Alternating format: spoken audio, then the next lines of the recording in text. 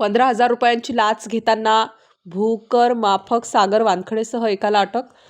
कळवण येथील भूमी अभिलेख कार्यालयात भूकर माफक असलेले सागर बापू वानखेडे यांनी एका शेतकऱ्याची जमिनीची मोजणी करून झाल्यानंतर नकाशे तयार करण्यासाठी खाजगी इसम मुकेश प्रकाश पगार यांच्यामार्फत 15,000 रुपयांची लाचेची रक्कम स्वीकारल्यानंतर लाचलुचपत प्रतिबंधक विभागाने सापळा रचून रंगे हात पकडलं. त्यांच्याविरुद्ध भ्रष्टाचार प्रतिबंधक कायद्यान्वये कारवाई करून कळवण पोलीस ठाण्यात गुन्हा दाखल करण्यात आला आहे. 1 वर्षाच्या आत भूमी अभिलेख कार्यालयात दुसरी घटना घडल्याने खळबळ उडाली आहे. याबाबत सविस्तर वृत्त असे की तक्रारदार यांनी त्यांचे वडिलोपार्जित शेती मोजणीकामी भूमी अभिलेख कार्यालय कळवण येथे ऑनलाईन अर्ज दाखल केला होता.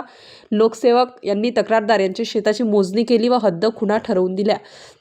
लोकसेवक हे तक्रारदार यांनी मागणी केलेले शेती मोजणी केल्याचे नकाशे व मोजणीचे कागदपत्र देणार होते, परंतु लोकसेवक यांनी तक्रारदार यांना भूमी अभिलेख कार्यालयात कळवण येथे बोलावून सांगितले की तुमची मोजलेली जमीन ही कागदोपत्री असलेल्या क्षेत्रापेक्षा कमी असून तुमच्या दाखवलेल्या खुणा चुकीच्या आहेत. त्या खुणा परत काढून नवीन खुणा कराव्या लागतील, त्यात तुमचे क्षेत्र कमी होईल असे सांगितले.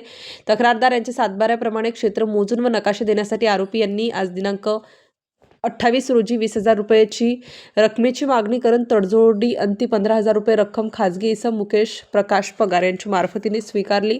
त्यामुळे गुन्हा दाखल करण्यात आला. यासाठी पोलीस उपअधीक्षक सुरेश शिरसाट यांच्यासह सापळा पथक, पोलीस हवालदार दिनेश खैरनार, पोलीस अंमलदार संजय ठाकरे, पोलीस अंमलदार योगेश शिंदे यांनी सापळा लावून ही कारवाई केली.